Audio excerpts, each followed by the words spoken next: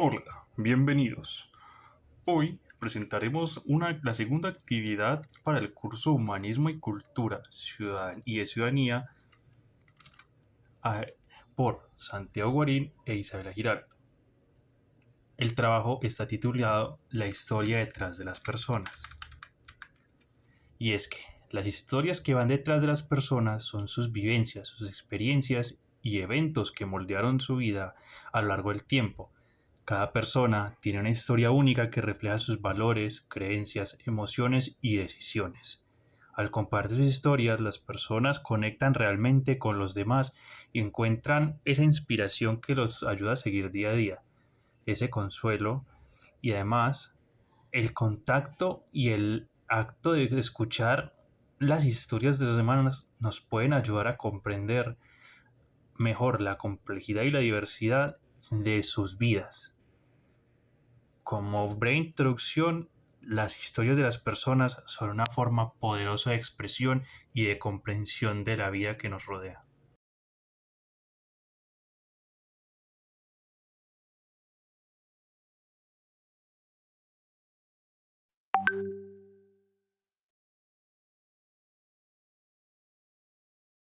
Bueno, para empezar, vamos a hablar sobre el video de Chimamanda que se llama La historia única. En este se resalta la importancia de la historia y su trascendencia. Consideramos que lo que nos podemos llevar de este video es entender que la historia es más que un simple cuento. Una historia carga con un gran peso y supone un alivio o un martirio según quien lo exponga o cómo sea expuesto. La historia no depende de sus orígenes, lastimosamente, sino de sus exposiciones.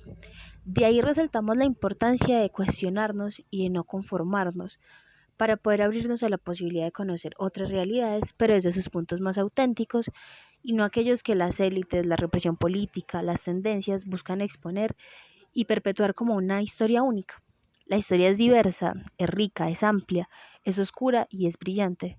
La historia es todo en las partes y las partes de un todo. La historia es vida. Bueno,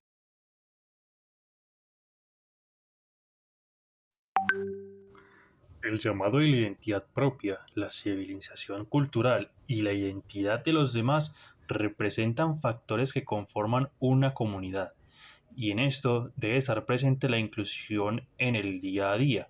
Este se comprende como una incorporación de cada una de las personas y sus historias, y es que estas deben de estar verdaderamente pensadas para una comunión, ya que ésta incorpora a cada una de las personas de una comunidad sus historias, sus vivencias, sus dolores, sus gustos, y estas se pueden reconocer a grandes rasgos a cómo las personas viven y sienten.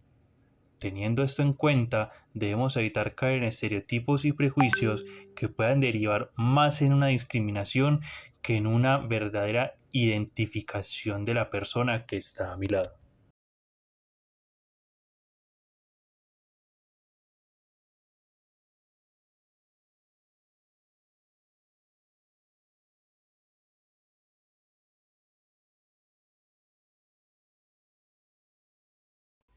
en segundo momento, traemos a colación El principio del hombre, es un texto de Fernando Savater.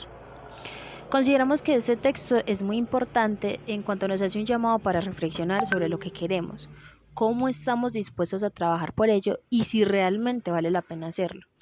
Esto se conecta con el cómo queremos vivir cómodamente a costa del daño que le hacemos al planeta y a los demás. Es decir, qué estamos dispuestos a hacer o no hacer para estar cómodos por encima de los demás. ¿Qué tanto vale esa comodidad por encima de la felicidad de las personas y cosas que nos rodean? Es un llamado a ampliar nuestra conciencia, a ver más allá de nuestra realidad y pensarnos como parte de un ecosistema social y que realmente aportamos para que éste sea fructífero.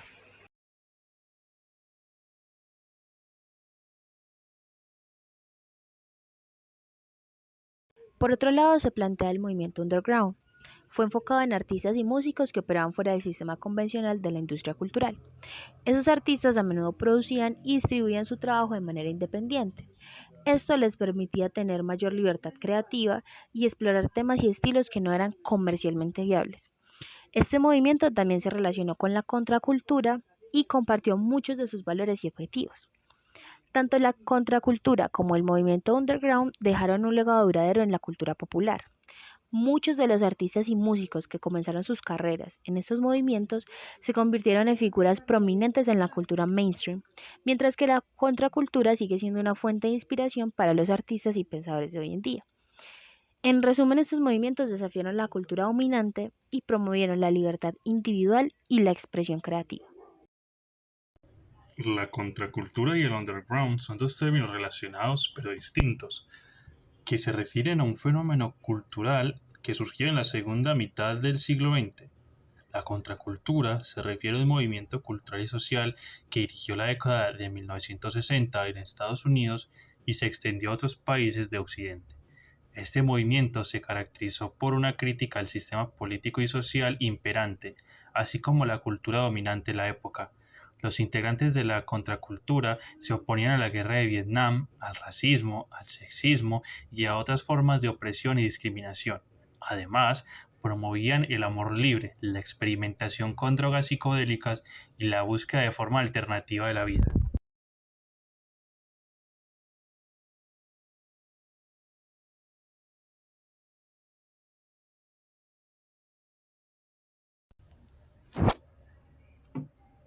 Mayor valoración de diversidad cultural. La contracultura y el underground promovieron la igualdad racial y de género, y la valoración de las culturas marginales y underground. En la actualidad, podemos ver cómo estos movimientos influyeron en la valoración de la diversidad cultural y en la lucha contra la discriminación.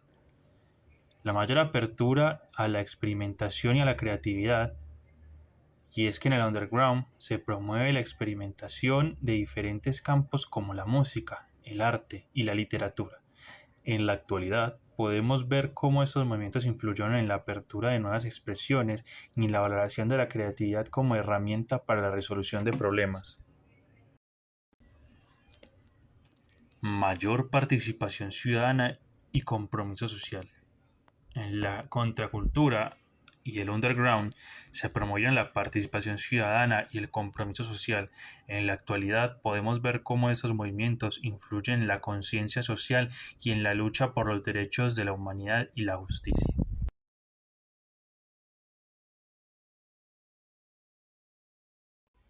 En segundo momento, traemos a colación El principio del hombre, es un texto de Fernando Savater. Consideramos que este texto es muy importante en cuanto nos hace un llamado para reflexionar sobre lo que queremos, cómo estamos dispuestos a trabajar por ello y si realmente vale la pena hacerlo. Esto se conecta con el cómo queremos vivir cómodamente a costa del daño que le hacemos al planeta y a los demás.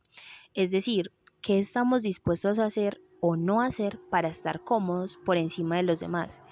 ¿Qué tanto vale esa comodidad por encima de la felicidad de las personas y cosas que nos rodean? Es un llamado a ampliar nuestra conciencia, a ver más allá de nuestra realidad y pensarnos como parte de un ecosistema social y que realmente aportamos para que éste sea fructífero.